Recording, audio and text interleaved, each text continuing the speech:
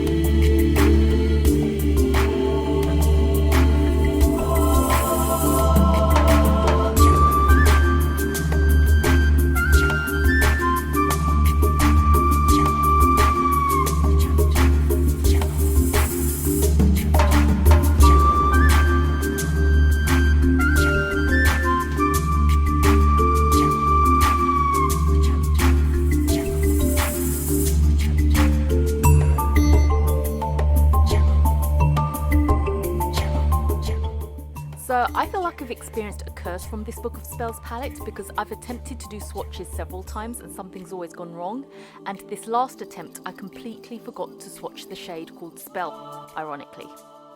So I've gone back to swatch it and re-swatched the other shades alongside it so you can see what they look like all together. Also, it gives a better comparison given it's in a different lighting. So those were the cursed swatches. Now I'm going to share some looks I created with the palette. This is the first look I created.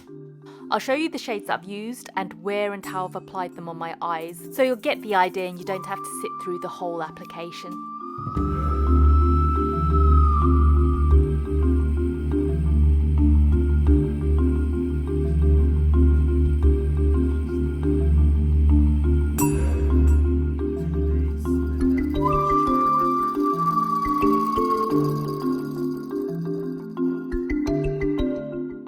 That's the first look. In terms of the other eye products I use to finish off the look, I use either a black eye pencil, a gel eyeliner or a liquid eyeliner, and mascara.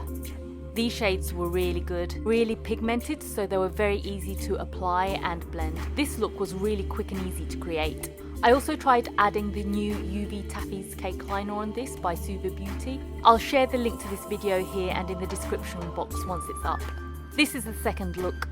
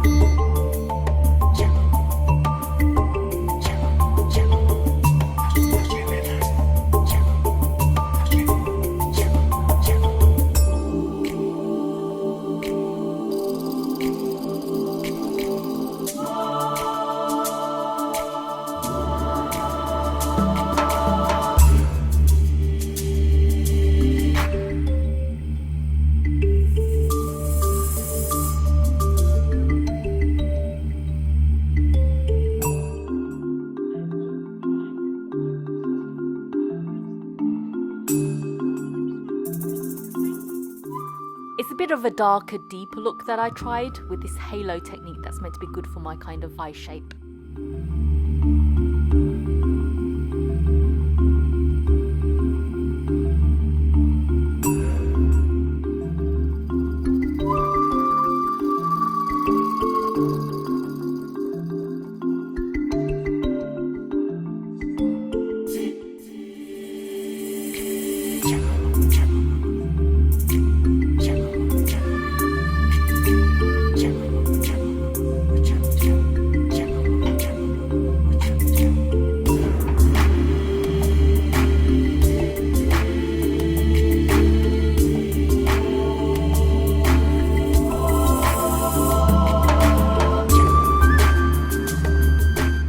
This is the third look.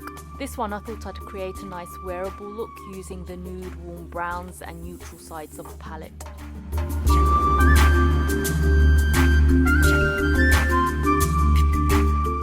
My final thoughts are that this palette is really good, especially for the quality of the shades and the number of different shades you've got to play with, and it's at such an affordable price. Most of the shades that are matte and pretty much all the shimmers were very well pigmented. The main ones I felt needed more building are the blue ones, but relatively I don't think they were that bad. The shimmers in the pan felt very soft, as did most of the mattes.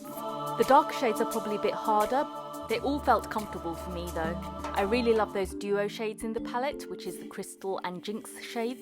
In terms of wear for me, some shades were definitely lasting longer than others. Those shades that did last quite long included Manifest, Bewitched, Moonlight as a shimmer did well, as did Spell, Sorcery and Voodoo. I think they still lasted pretty well for the day in terms of wear. Again, I think it's the blues that tended to get patchy towards the end. I feel like that's the case for a lot of blues in other palettes though. It's quite a tricky shade. Overall though, I really like the palette. It's not too big, but there's plenty of different colour stories in there to play around with, and it's still a really good, cohesive, well combined set of shades. The packaging is just icing on the top. simple but pretty, and I'm all about the hollows. I have a few other Halloween type palettes that I'm reviewing at the moment, but I think this is definitely one of the most affordable ones so far, so I definitely recommend it if you're interested or you're thinking about buying the palette. I'll leave a link to it in the description box. Stay tuned for the other Halloween palettes I'm covering though, because they are really interesting, and they've just been released by these awesome indie brands. In the meantime, let me know what you think. Is this your type of palette? Otherwise, are there any other Halloween palettes that you're interested in or are using? Or are there any existing ones that are not necessarily new that you really like using? Comment below, and thanks for watching.